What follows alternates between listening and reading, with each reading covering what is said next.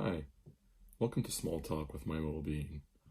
I'm your host, Endri, and I'll be with you for just under 5 minutes today to answer a really important question that has been asked in light of Veterans Day coming up. So the question is, how do I make time for a family member who's a veteran when I'm just so busy? And this is just a terrific question because so many of us relate to it.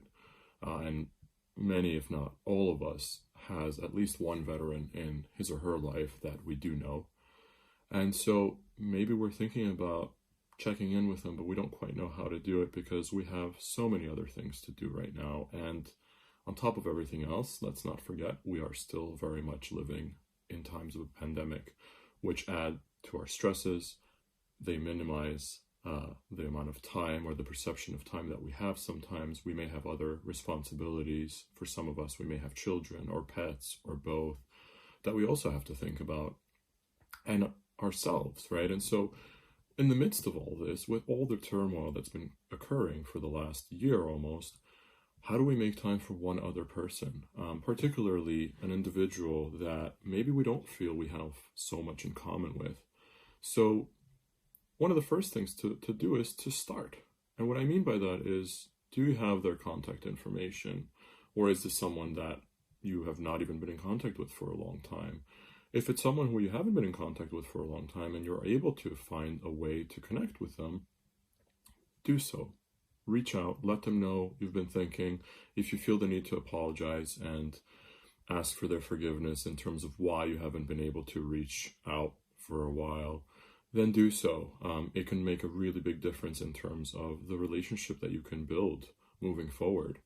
There's quite a big misunderstanding or almost a divide between veterans and civilians because the veteran world is very different from the civilian world. We cannot necessarily, as civilians, understand the perspective of a veteran. And after becoming a veteran and after being in the military, it can be really difficult for a veteran to reintegrate into civilian society, particularly because we as civilians do not understand and therefore might not be accepting veterans in the way that they need to be accepted or understood. And so with what you're doing by this small engagement is you're letting them know that despite the differences or difficulties that we may have in terms of understanding a veteran or connecting to a veteran, we're still thinking about them.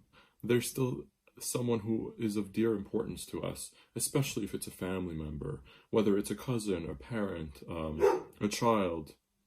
Any relationship that you have is a significant one, and it may be one worth kind of bringing to the next level if you need to, or rekindling if you haven't been in contact. And so if it seems that it's overly stressful to do so, are there certain things that you can do? We all have phones, right? Can we set a reminder on our phone, a recurring calendar event of, on Friday, 2 p.m., I will message John, or whatever it may be that works for you, basically to have another layer of accountability for yourself. And just to let the veteran know that, hey, look, you matter to me and I've been thinking about you, so I would like to blah, blah, blah. And that will really make a huge difference, I can guarantee you, because even for the strongest of veterans that are able to cope through pretty much anything, and they've built this incredible resilience to do so, having a helping hand, even if they're not asking for the help, could really make a big difference. And so I really encourage you to start small and do something that can be recurring so that you don't get to a point later in life where you would think, well, I knew this veteran in my life and he or she was very dear to me, but I didn't really make so much of an effort where I could have. And so there's a way for us to minimize or completely eradicate even the notion that we can be regretful later on by doing so. So start small.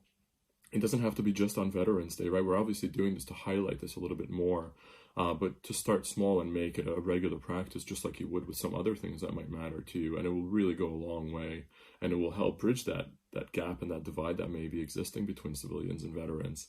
So I thank you so much for listening today. If you want to continue the conversation, please feel free to comment on this, share it with your friends. A very happy Veterans Day to all the veterans out there. Thank you so much for what you do. I mean, you're incredible individuals that are putting so many others and the country before you. So we really do applaud that. And this goes both ways, right? So for veterans also to reach out on their own if they can and feel comfortable doing so towards family members.